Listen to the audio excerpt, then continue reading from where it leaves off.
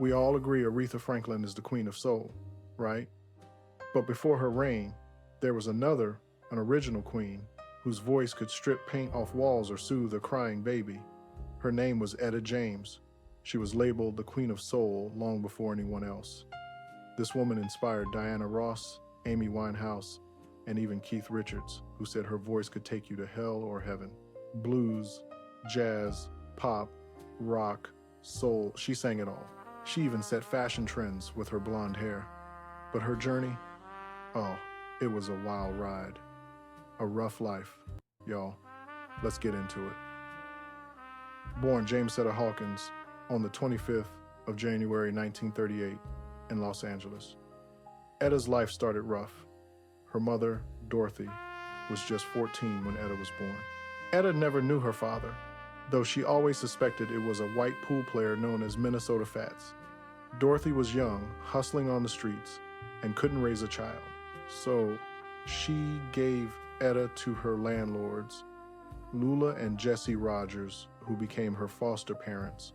By age 5, Etta was singing in church, and boy, could she sing. Her voice was so powerful, Hollywood stars would come just to hear her. Her choir director, Professor Hines, even hit her in the chest while she sang to force her voice from her gut. People called her a child prodigy with a full-grown woman's voice.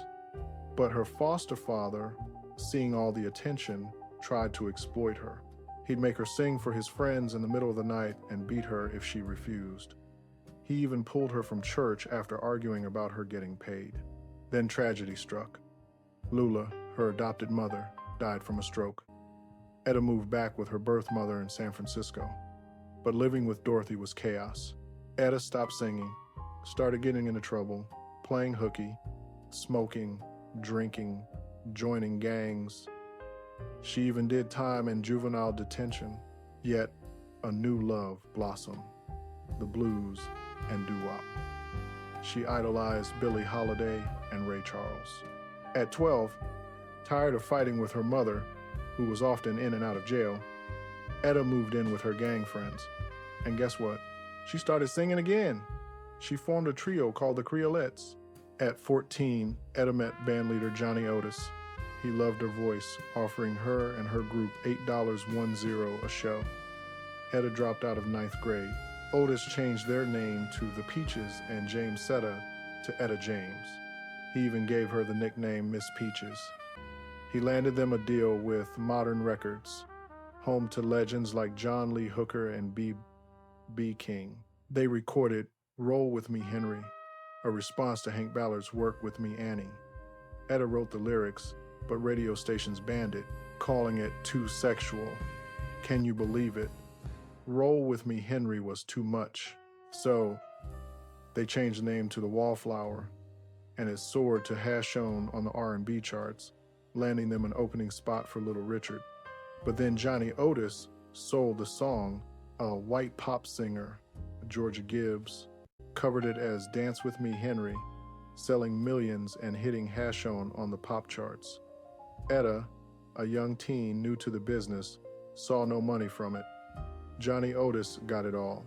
This experience sparked a fire in Etta. She wanted to understand the business. People told her she should be making more money.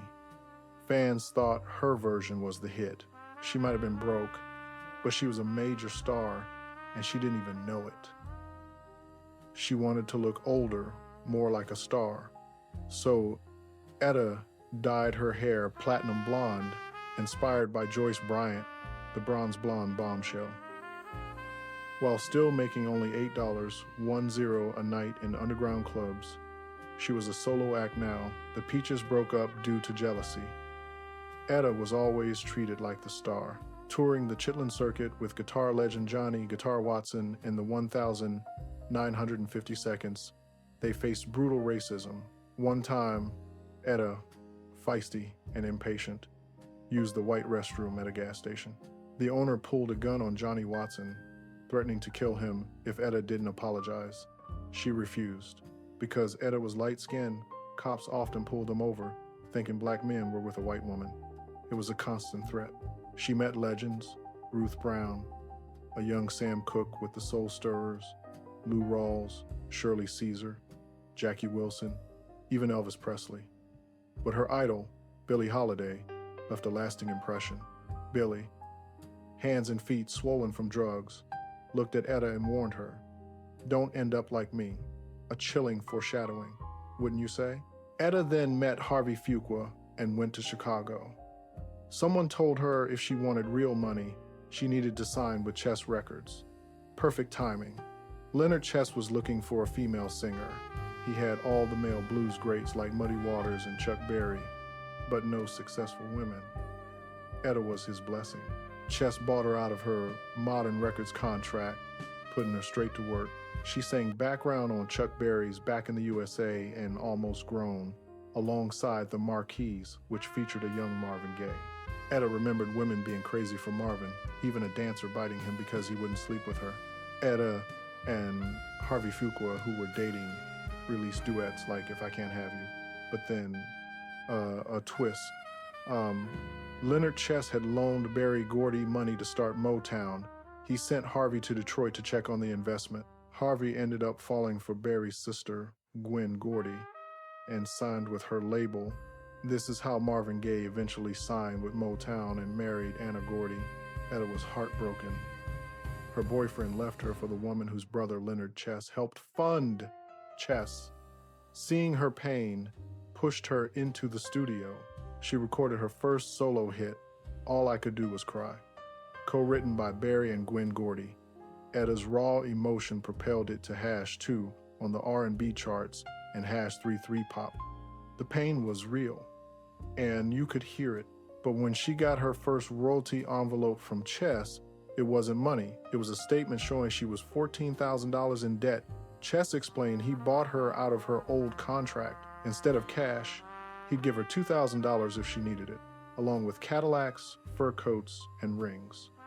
"Those are your royalties," he'd say. Better than her last deal, she thought. Then came the song The World Would Love, At Last. Originally written in 1941, Etta's version hit #2 on R&B and #47 on the Billboard Hot 100. Her debut album, At Last, released in November 1960, went gold. One night, her idol, Dinah Washington, came to see her. Etta, wanting to show respect, sang Dinah's Unforgettable. Dinah went ballistic. She smashed glasses, screamed, called Etta names, and warned, "Don't you ever sing the Queen's song when the Queen is right in front of you." Etta ran off crying. Dinah later apologized, but offered a lesson. Never sing a star's song if they're in the audience. With hit records and newfound access, Etta made a fateful choice. She tried heroin for the first time. She thought it was coke, sniffed it, then started injecting it. She loved it, partly because it made her lose weight. Etta was out of control. Etta tried to kick the habit, even joining the Nation of Islam and calling herself James Setta X. She knew Malcolm X from his Detroit Red days and Muhammad Ali, then Cassius Clay, whom she gave information about Islam, but she couldn't fully commit. The dope had too strong a hold. She was a junkie, injecting heroin into her feet, hands, neck, and forehead. Her manager supplied her drugs and booked her shows. She watched 2 band members die of overdoses right in front of her, yet it only made her want more. She crossed the Mexican border for a fix, pawned band instruments for drug money. She disliked James Brown, calling him controlling. Once filling in for his singer, she was late coming back with socks. James Brown fired her and tried to intimidate her with a bodyguard and a gun. Jackie Wilson, also on the bill, and a Golden Glove boxer, stepped in. If Etta goes, I go. James Brown backed down. Etta's addiction led to her arrest in the same Indiana hotel where Ray Charles was busted. She went to Leonard Chess for help, who put her in rehab. There, doctors discovered she had fluid on her brain and lockjaw from dirty needles. She was having seizures, but they saved her life, telling her she was only the second person in Illinois history to survive lockjaw. She felt better, clean, and wanted to sing again. But her manager offered her heroin. She sniffed it, and just like that, she was hooked again. Her life spiraled. She dated a jealous pimp who beat her regularly, then a gangster named Red Dillard who bought heroin from Lucky Luciano, but the feds got him. Etta started writing bad checks to buy drugs, landing her in jail repeatedly. After 4 months, she got sober again, returning to music with Leonard Chess. Then came devastating news. Sam Cooke was killed on the 11th of December 1964, the year of the Freedom Summer Project, a time of immense civil rights struggle, where Sam's "A Change Is Gonna Come" was an anthem. Etta was heartbroken. She believed it was a setup, a sacrificial lamb. Sam was too smart, too powerful, wanted to control his own label, and she felt he tried to leave the mafia who had helped him. She believed he was drugged at lunch, then beaten and shot, with a fake story about a prostitute made up. Etta said at his funeral, Sam's head looked disconnected, his hands broken, nose crushed, and his body mangled. How could a small motel manager with a broomstick do that? To Etta, it was a cover-up. She was only 26. Etta kept getting high, doing shows just to support her habit, believing drugs made her sing better. Leonard Chess tried to help, but she wasn't seeing royalties. Shows were her only income. Motown was taken over, and Etta noticed Berry Gordy sent his artists to charm school and got them on TV, things Chess Records never did. She endured another abusive relationship with singer Billy Foster, who beat her badly. She loved bad boys, she said. She got pregnant by him and continued using drugs. Disturbingly, she witnessed Ike Turner abusing Tina right in front of her. Tina was showing off a diamond ring when Ike walked in, punched her in the face, bent her hand back, and snatched the ring. Tina's face swelled instantly. Etta, for some reason, was even attracted to Ike. In 1967, she released Call My Name. The IRS was after her for back taxes, so she put her boyfriend's name on the credits to get royalties. The next year, Tell Mama became one of her most successful albums, recorded at Fame Studios in Muscle Shoals, Alabama. Tell Mama and I'd Rather Go Blind were huge hits. Leonard Chess cried when he heard I'd Rather Go Blind, a song written by the blind musician Clarence Carter, but Etta hated it, hated performing it. Rod Stewart, B, King, Beyonce, Janis Joplin, Diana Ross all covered her songs. Otis Redding, who told Etta she inspired him, planned a duet album with her. Months later, he died in a plane crash.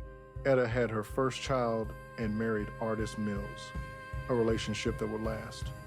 But Leonard Chess died from a heart attack. Times got rough again. Etta even got artists hooked on heroin. They committed robberies, wrote bad checks to support their habit. They were caught. Artists took the blame, doing 10 years in prison. Chess Records, now run by others but still family to Etta, tried to help. They gave her a desk job and paid for rehab, but she got hooked on meth. Arrested again, facing serious jail time, a judge showed mercy. Recognizing her addiction, he sent her to rehab instead of prison. This time, she got truly clean. Even releasing an album, Come a Little Closer, from rehab.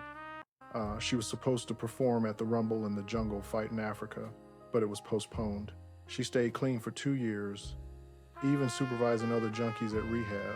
But one Christmas, she got too drunk, broke the rules, left, and relapsed into heroin. She got pregnant with her second child with a man she met in rehab. In 1976, she released her final Chess Records album, Etta Is Better Than Ever.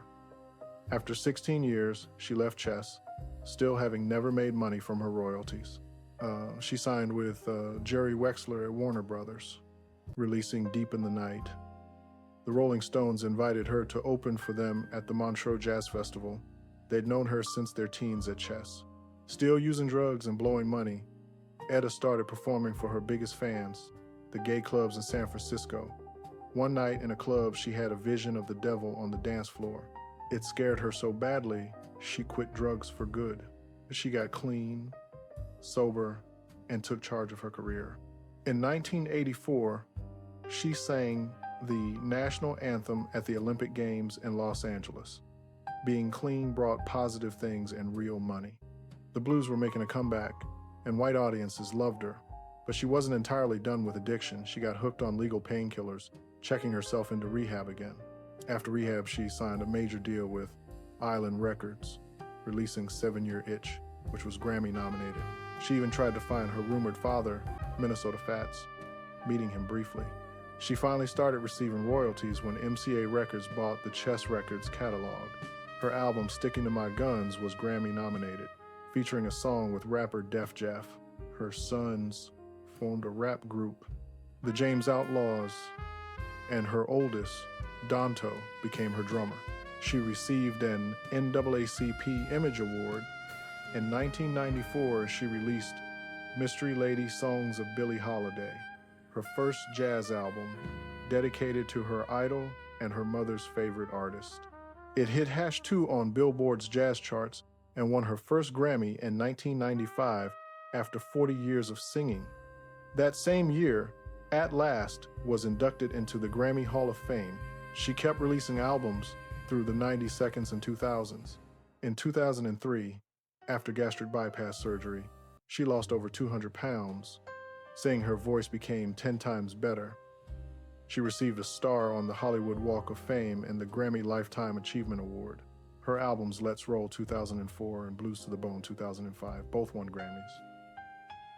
In 2008, Beyoncé portrayed her in the movie Cadillac Records, and Etta had thoughts about it. She famously threatened Beyoncé for singing At Last at President Obama's inaugural ball, saying Obama wasn't her president and had big ears. She later claimed she was joking, but was hurt not to be invited. Health issues mounted, Alzheimer's, blood infection, MRSA, then leukemia in 2011. She became so sick she couldn't write her name. Her family fought over her estate, her husband of 41 years, Artis Mills, against her sons. A judge ruled Artis as conservator. On the 20th of January 2012, just 5 days before her 74th birthday, Etta James passed away from chronic leukemia, dementia, and kidney failure. Etta James's life was a whirlwind of raw talent, brutal challenges, and ultimate triumph. From a child prodigy to a global icon, her voice remains timeless. Beyoncé did a great job in Cadillac Records, but Etta's story, as told in her autobiography, Rage to Survive, deserves its own full-length biopic. Read that book and you'll understand. Rest in peace, Queen Etta. Her legend, at last, truly lives on